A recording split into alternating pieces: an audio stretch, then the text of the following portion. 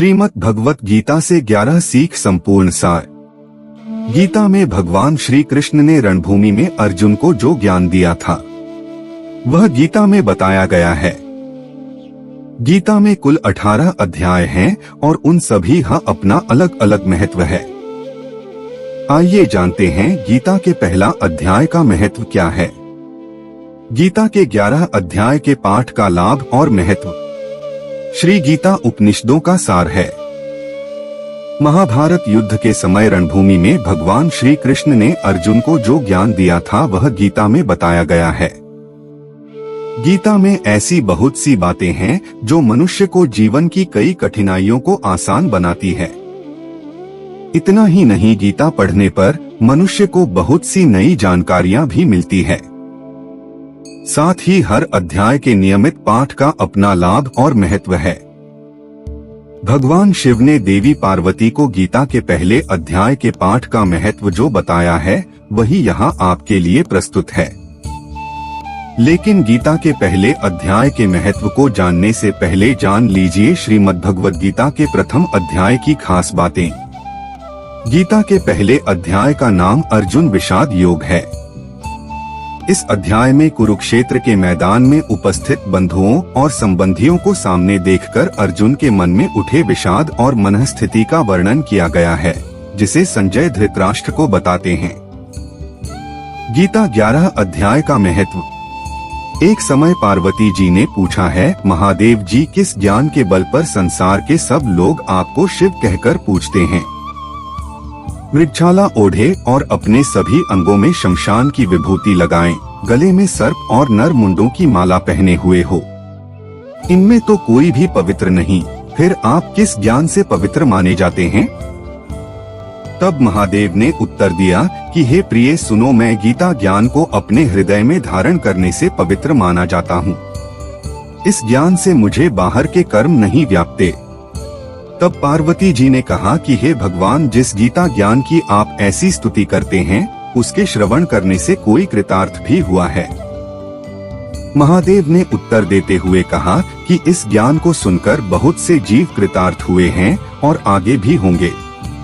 मैं तुम्हें एक पुरातन कथा कहता हूँ, तुम सुनो। एक समय पाताल लोक में शेषनाग की शैया पर श्री नारायण जी नैन मूंदकर आनंद में मग्न थे। उस वक्त भगवान के चरण दबाते हुए लक्ष्मी जी ने पूछा, हे प्रभु, निद्रा और आलस्य तो उन पुरुषों को व्यापता है जो जीव तामसी होते हैं, फिर आप तो तीनों गुणों से अतीत हो। आप तो वासुदेव हो, आप जो नेत्र मूंद रहे हो, इससे मुझके बड़ा आश्चर्य है। नारायण जी ने उत्तर देते हुए कहा, हे लक्ष्मी, मुझको निद्रा आलस्य नहीं व्यापता। एक शब्द रूप जो भगवत गीता है उसमें जो ज्ञान है उसके आकार रूप है। यह गीता शब्द रूप अवतार है। इस गीता में यह अंग है। 5 अध्याय मेरे मुख है, 10 अध्याय मेरी भुजा है, 16वां अध्याय मेरा हृदय और मन और मेरा उदर है, 17वां अध्याय मेरी जंघा है, 18वां अध्याय मेरे चरण है। गीता श्लोक ही मेरी नाड़ियां हैं और जो गीता के अक्षर है वो मेरा रोम है। ऐसा मेरा शब्द रूपी जो गीता ज्ञान है उसी के अर्थ मैं हृदय में विचार करता हूँ और बहुत आनंद प्राप्त होते हूँ। लक्ष्मी जी बोली, हे श्री नारायण जी, जब श्री गीता जी का इतना ज्ञान है तो उसको सुनकर कोई जीव कृतार्थ भी हुआ है, सो मुझसे कहो। तब श्री नारायण ने कहा, हे लक्ष्मी, गीता ज्ञान को सुनकर बहुत से जीव कृतार्थ हुए हैं, सो तुम श्रवण करो। एक व्यक्ति था जो चांडालों के कर्म करता था और तेल नमक का व्यापार करता था। उसने एक बकरी पाली। एक दिन वह बकरी चराने के लिए वन में गया और वृक्ष से पत्ते तोड़ने लगा। वहां उसे एक सांप से डंस लिया, जिससे वह तुरंत मर गया। मरने के बाद उसने बहुत से नरक भोगे और फिर उसका जन्म बैल के रूप में हुआ। उस बैल को एक भिक्षुक ने मोल लिया। वह भिक्षुक उस पर चढ़कर सारे दिन मांगता फिरे। जो कुछ भिक्षा मांगकर लाता वह उसे अपने परिवार के साथ मिलकर खाता और वो बैल सारी रात द्वार पर खड़ा रहता। उसके खाने पीने का भी कोई ख्याल नहीं करता था और सुबह होते ही बैल पर चढ़कर फिर मांगने निकल जाता। जब बहुत दिन हो गए तो वह बैल भूख से गिर गया, लेकिन उसके प्राण नहीं निकले। नगर के लोगों ने देखा और उस बैल को कोई तीर्थ का फल दे तो कोई व्रत का फल दे, तब भी उस बैल के प्राण नहीं छूटे।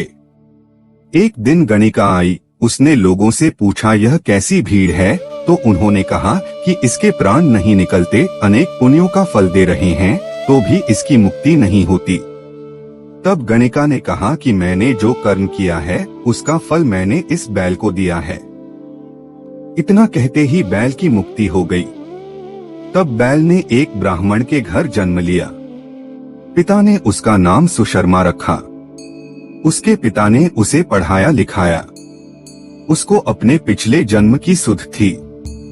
उसने एक दिन मन में विचार किया, जिस गणिका ने मुझे बैल की योनि से छुड़ाया था उसका दर्शन करूं।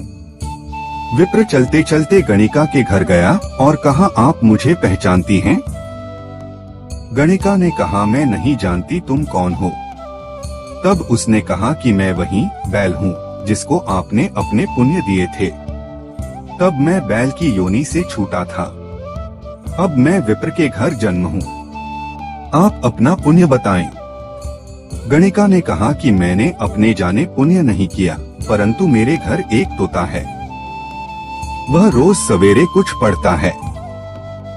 मैं उसका वाक्य सुनती हूँ, उस पुण्य का फल मैंने तुम्हें दे दिया। तब विप्र ने तोते से पूछा कि तू सवेरे क्या पढ़ता है? तोते ने कहा, मैं पिछले जन्म में विप्र का पुत्र था।